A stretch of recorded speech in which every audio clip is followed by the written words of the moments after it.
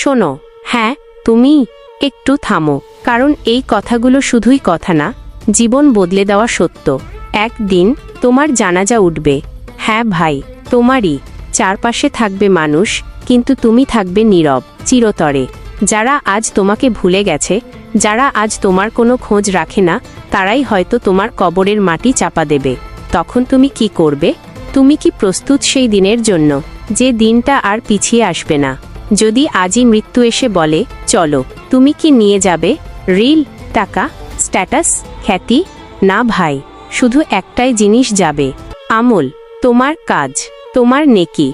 এখনো সময় আছে। ফিরো, তওবা করো, নামাজে ফিরো, কোরআনকে আবার জড়িয়ে ধরো।